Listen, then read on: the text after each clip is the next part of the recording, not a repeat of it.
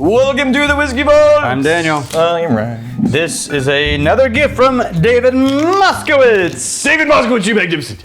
Bastard.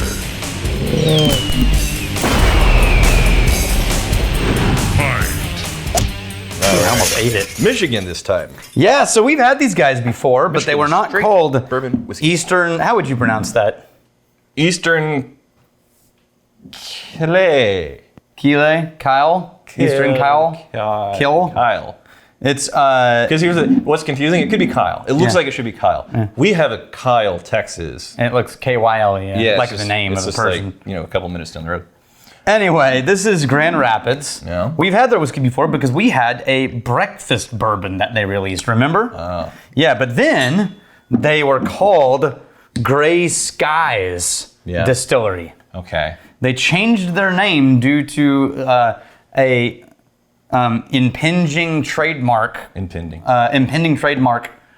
What do you call it when you file a dispute? A disputed trademark. Dispute, Yeah. They were trying to get the trademark for Gray Skies, and it was disputed by Sky Vodka, Okay. and they won. Sky Vodka and Grey Goose. Yeah, Sky Vodka said there would be consumer confusion from Gray Skies Distillery. Remember we were talking about in the last episode, if you got money. Yeah, whatever you want. exactly. That's Do what whatever you happens want. when you're, was it Campari who owns those guys? Anyway. You know what? I kind of like Ooh. those. It's nice. That is, it's grain first, but then immediately granola honey.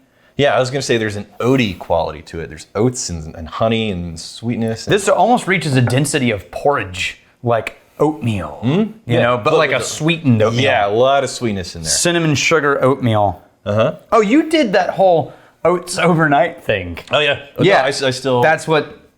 Okay. I'm thinking like really the sweet ones, like the big fruit, cinnamon, everything. The in apple it. cinnamon's the best, yeah. I ran out of those super quick. And The apple cinnamon ones? Yeah. Yeah. And then the others are fine. But my favorite, of course, you just burn through. I can't do it because the texture of oatmeal just freaks me. I feel like I'm eating throw up. Yeah, I like the nose on this a lot. I do too.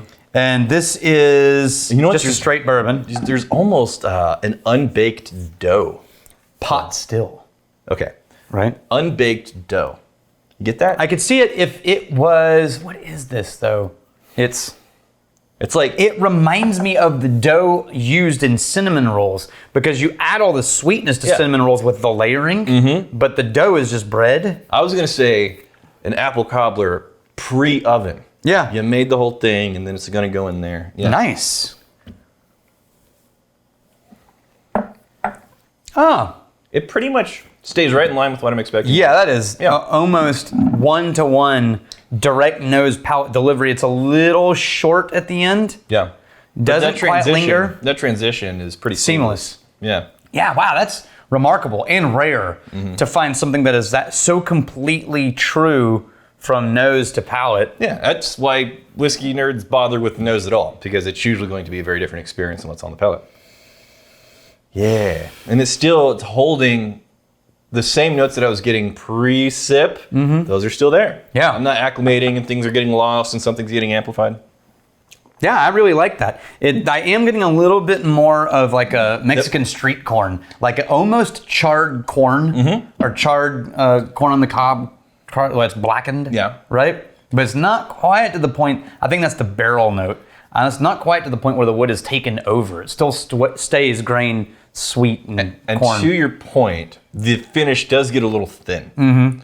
But like the beginning and the middle, it's nice, and then it just kind of fades off. Doesn't really leave you with anything. No, there's no lingering aftertaste. But for a low proof, that's nice. It's 90 proof, 45%. Yeah. Lower, or I'm not cask strength is all I mean. Yeah, that's nice. That's nice, man. I dig it. I dig it too. You know what? If you go into it without like it doesn't come across as super dense, old, matured with flourishes and elaborate unfolding. It's just a well executed, competent, nicely balanced whiskey that transitions seamlessly from nose to finish. I agree. Yeah. Okay. That's a thing that is pretty damn good. Ewicken5529, not exactly up on your sports ball terminology, are you, Daniel? I didn't go back and look, but as soon as he said that, I was like, well, of course, there's definitely going to be Sports ball. Oh, here was a good one. Yeah. I was at Cash's baseball game. Yeah. And look, Cash is your son. Yeah, I actually played baseball, right? So I do know baseball. But I was talking to somebody else, and I was like, yeah, man, that ref is all over the map. And they were like, you mean ump? And I was like, yes. Yes. So you're And criticizing a guy and you don't even know. And I was like, yes, I do mean umpire. You're right. Ref, other games. Baseball, umpire. So which other Right. games have referees done? Oh, basically all the rest of them are referees. It's only baseball that's not, and that's the one that and the thing is, like I said, I've never played football on a team just for fun. Yeah. I played basketball on a team, played baseball. Yeah. Still, it doesn't matter. That person I was talking to played in college. Yeah. And I could just see in their eyes, they're like, they're just disappointed in me. Yeah. I was like, yeah, I'm not going to recover that one. That one's done now. So in recent years, there's been all this talk of concussions coming out with the sports players, the sports ball players. The sports balls. Yeah, specifically the football. Having played football. Like, I don't think anybody who's played football is surprised. Oh, yeah. They're like, no, of course. Like, yeah. This is like, a not minor fender bender. This is like an actual car wreck. Multiple times every time you're getting in a game. That includes practice. Yeah. Yep. Okay. I dig it. Dig it. That's pretty Yeah, good. it didn't blow my mind. I would love, again, to try the cask strength. Right. But it's a very enjoyable bourbon. Yeah, I think it's again, if I would put this kind of like the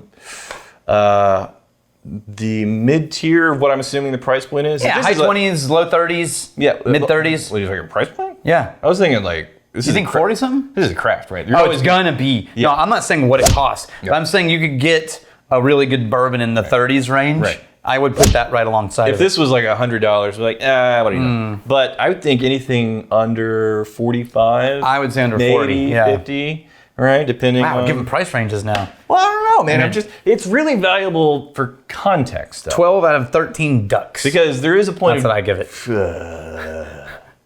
There is a point of diminishing returns, Yeah. right? And for you, that number is a little bit different than me, but it's like, upwards, like 100, 150, 200, somewhere around in there. But below that, expectations and how much you're willing to pay for, everybody's going to be different, the stuff that they like. But for me, it'd be like sub 50s, and I'd be perfectly satisfied with that. Absolutely. We got James Runge, just watched an early episode before this one. Rex has become more comfortable in his notes, or better faking it. Top mooch level either way, sir. Thank you, Mike. Yeah. Thank you very much. Sure. I'm trying to remember. This whole time I've been trying to remember what the other thing was that we've tried from them and whether or not we liked it. The breakfast bourbon. Did we like it though? Yeah. Okay. About the same. Oh, about the same. Yeah, we thought, that's good. He did a good job. Nice. Here's dividing, stealing, and drinking. If you fight, may you fight for a friend. You steal, may you steal your lover's heart. And if you drink, may you drink with us.